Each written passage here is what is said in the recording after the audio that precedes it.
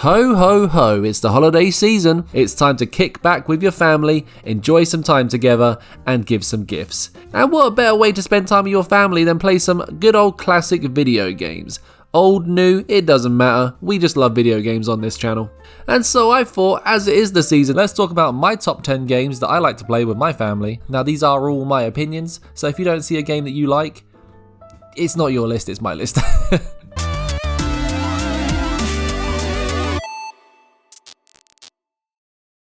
Let's kick it off with number 10, Astro Bears. I can already hear you going, what is Astro Bears? It's this little Nintendo Switch game where you play as bears. It's kind of like Tron on a Mario Galaxy style holographic planet with bears. I don't know. It's a hard one to explain. You can play with up to 4 people as well. You can change the size of the planet. The bears you pick, they all have different stats. It's a whole thing. It's a whole thing.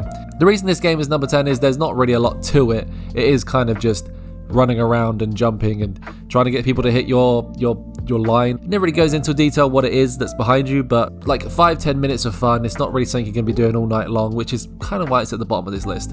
At number 9, we've got Halo Split Screen.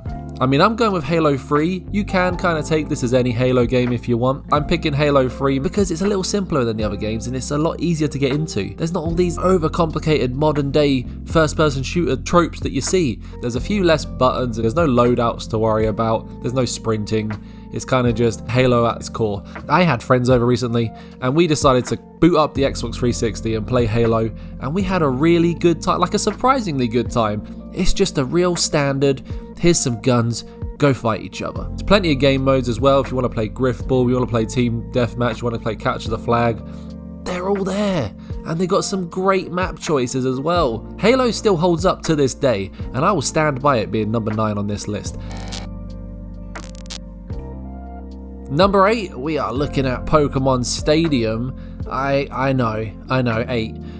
I feel like this is a very divisive one. I mean, you're talking about Pokemon game here. What can you really do with your family with Pokemon? But let me just explain. First of all, Pokemon Stadium has some really good mini games. There's 9 mini games to choose from, all very, very iconic mini games. If you know, you know. Genuinely, the mini games on this, really well done. Like, I still think about the Sandshrew one to this day, the Lickitung game.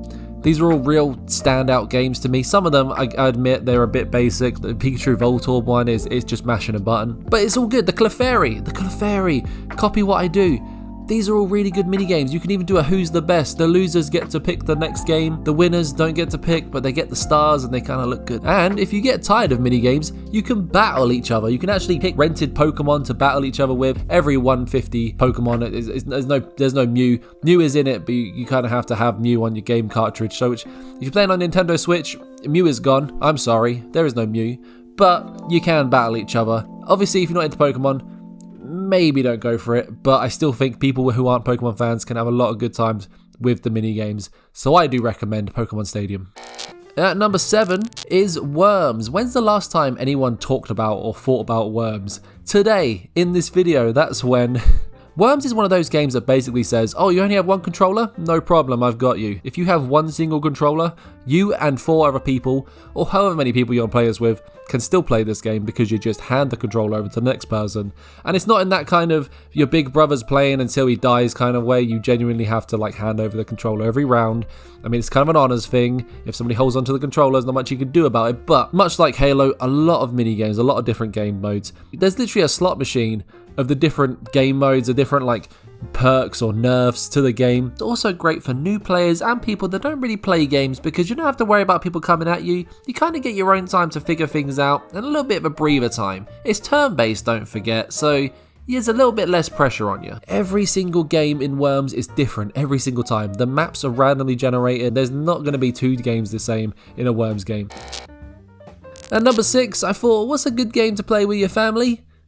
Board games. I mean, come on. And 51 Worldwide Games has a lot of, I want to say board games. Some of these are really not board games, but if you want to play these kind of games with your family, sometimes it's better to put it on a screen and kind of play in front of everyone. It's the exact same game. It has the exact same sounds and feels. It's just digitally on a screen, and you don't have to worry about carrying the board around if you're going away to family members or going away to visit. You just have to take the tiny little cartridge in your Nintendo Switch. There's so many games packed into this. There's so many genuinely good, fun little games packed into this. Like chess. If you want to play chess, you can play chess. But there is a lot of, the fact there is 51 games in this, whether or not if they're good, there's so many things you can say about each individual game. I feel like if you have this in your catalogue of games to play with your family, you're going to find something for everyone. It's kind of like a given at this point. You have a 1 in 51 chance. Those are good odds.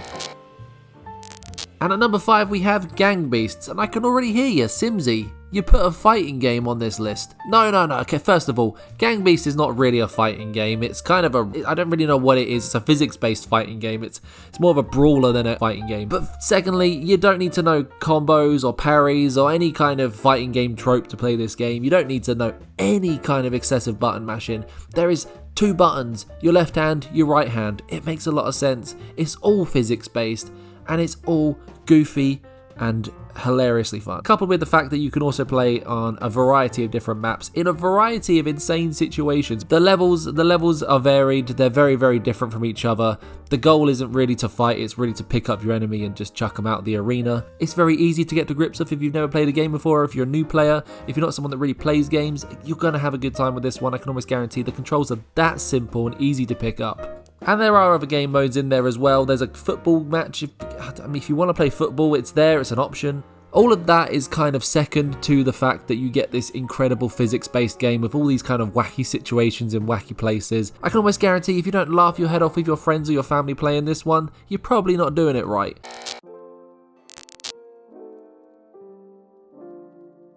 And this next game, listen.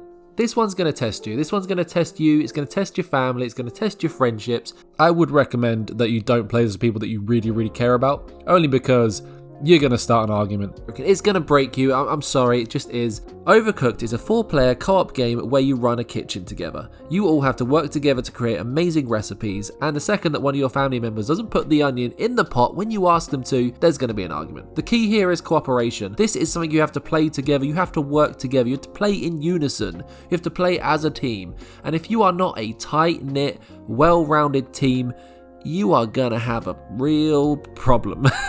I genuinely do think this is a great 4-player game, a great family party game. And the best part about this game is there is actually a Christmas mode as well. So Overcooked has a Christmas mode that gives you guys Christmas hats. We are in the moment, we're in the mood now. This is actually giving us the season vibes that we need. At number 3, it's the iconic, the must-have game for any Nintendo system owner, anyone that has a Nintendo console of any kind. You have to have Mario Kart somewhere in your game's catalogue. This easy-to-play 4-player racing game, genuinely a lot of fun with people, new and old. People that don't play games very much can easily pick up this game. It's got very, very few buttons that need to be learned. The racetracks and the controls are all very intuitive, so I feel like people can really get into this game easily. There's a lot of variety in the racetracks as well. If you do want a quick game, Mario Kart can be played for a quick 5-minute session, but it can also be played for a couple of hours, and because of the amount of variety, you're probably not going to get bored. Now, originally when I wrote this list, I was thinking about Mario Kart 64. One of my earliest Christmas memories was actually getting Mario Kart 64 and playing it with my older brother and other family members, so I have a lot of memories attached to it myself. However, a lot of what I'm saying does also apply to Mario Kart 8 or Mario Kart Worlds or any of the Mario Kart games really that are on a console. The only issue with Mario Kart is that if you are good at Mario Kart, or if you're playing with someone that is good at Mario Kart, it's generally not really fun for everyone else because the skill barriers kind of do detract people a bit. It's not really fun to play a game when everyone else is in second or third whilst the one person's always in first. However, the way to balance that is battle mode. The fact that Mario Kart has battle mode in it as well is always a saviour. And later Mario Kart games even include different varieties of battle mode, including things like Renegade mode, the Cops and Robbers mode, the Capture the Star mode. But even if you just want to do classic battle mode where you just fight each other and take away each other's balloons, that's always a good time. You're never going to have a bad time playing that. For me personally, Mario Kart is one of those games you do need to bust out whenever you've got a good group of people around, and especially at Christmas time. It is something that anyone can pick up. Your little niece, your old nan can pick this game up. They can learn the game within a few minutes, and the later games even have more settings to allow those people that are less comfortable really, stay on track and just stay in the game and not really feel like they're being excluded. Get it on your console right now. Get playing Mario Kart. Battle mode, race mode, whatever you want to do, it's a must-have. At number 2, we got Wii Sport. You know that game that came with every single Wii console? That's a good game. It's a really good game to play with family members. You know why this game came with every single Wii that ever released? Because it's easy to play. Your distant relative who's never played games in their entire life, your nan your grandparents, cousin who has never seen electricity for the last 30 years and has no idea what a video game console is, can pick up this game, play Wii Tennis, and they will understand the controls within seconds. It is easy to play. And I mean, Wii Tennis is a very iconic game on its own. And that's not to mention you can also play baseball, golf, you can also play bowling, and bowling works again with just one controller. So if you don't have two Wii controllers for any reason, then bowling is your answer to that. We don't talk about the boxing so much. Boxing requires nunchucks. You're going to sweat if you play boxing. So maybe don't do the boxing. But the other four are very solid choices. I mean, even boxing is still a solid choice if you want to do that. But Wii Tennis is a definite staple. I feel like if you have a Wii in your house in any capacity and you have Wii Sports, you owe it to your family to pull out that console and start playing some Wii Tennis and getting people moving. And at number 1, and are you ready for this, is Mario Party. Mario Party I put above Mario Kart, can you believe it? But every single year at Christmas or around that time, me and my family play Mario Party and we have a good time every single time. I've got Super Mario Party, I like Mario Party 8 as well, they're the two that I have. As far as I'm concerned, most Mario Parties are Mario Party, they're the same kind of principle and you're going to have a good time regardless which one you pick. Now depending on which Mario Party you're playing, it will also depend on what kind of boards you're going to get. The boards really do make the game in Mario Party, it is all about the boards. Nothing screams Christmas more than a board game, and that is what Mario Party is. It is a board game and a video game rolled into one. It's a genius combination of the two, a marrying of the couple into this perfect symbiotic relationship that is your perfect family Christmas game. And no matter which Mario Party you play, every single mini game is going to tell you how to play it beforehand and even gives you a practice mode on most games, so you're not really going in there blind, you get a bit of chance to practice and then you go into the actual main game. Most mini games are pretty simple, they have 1 or 2 mechanics to them, they're never anything that's too overly complex, they're only a few minutes at a time, you play a mini game every single round, it keeps the game fresh, it keeps the game exciting. You're not just doing the same old rolling the dice thing, you're doing something different every single time. There are different types of minigames you could play as well. You could be doing a versus minigame, you could be doing one where you work together. You really don't know what kind of minigame you're going to get, you really don't know what kind of scenario you're going to get, and you really don't know how much you love your family until one of your family members decides they're going to steal your star last minute right before the end of the game. Mario Party obviously has a little bit of that luck aspect involved in it, and there's not really a way to be good at Mario Party. You can get kind of good at the mini games with enough practice, but really, you're going in just as blind as anyone else. There's a lot here for people that really don't enjoy or play video games, which really makes it the ideal game for your family, especially if your family isn't a video game type family.